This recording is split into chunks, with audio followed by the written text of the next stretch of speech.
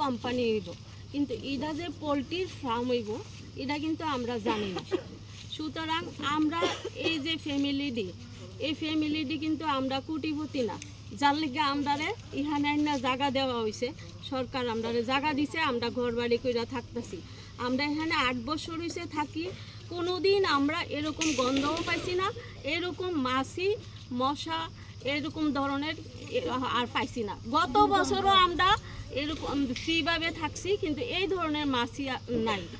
আমরা কড়াইতে যদি সোমবারের লেগে তেল দেই, ফুরন দিতে হয়, তো ফুরন না দিয়া মাছি ওই ফুরন হইয়া জায়গা, 5 ফুরন আর ঢালতে লাগে না, মাছি ফুরন দিয়ে সেটা আমরা তরকারি খাইতে হয়। তারপর ঘরে ঘরে প্রতিটা ঘরে ঘরে ডিসেন্ট্রি হইতেছে।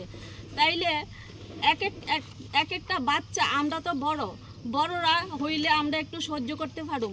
এই যে ছোট ছোট 4-5 বছর 10 বছরের বাচ্চাগুলি, এইগুলি যদি অসুস্থ হয় তাইলে এগুলিরে বাঁচানো যাইব কি না?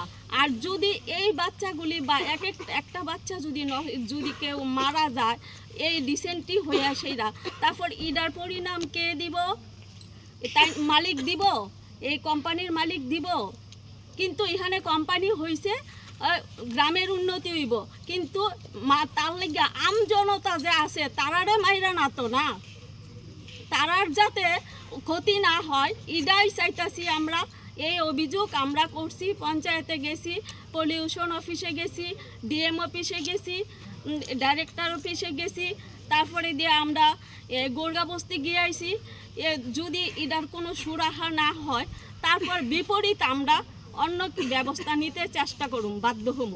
এটা এখন আমরা কইতাম না, এটা তারা আগে ব্যবস্থাটা কি করে এটা আমরা আগে জানা লই, দেখা লই কি ব্যবস্থা নেব, এটা পরে হইব।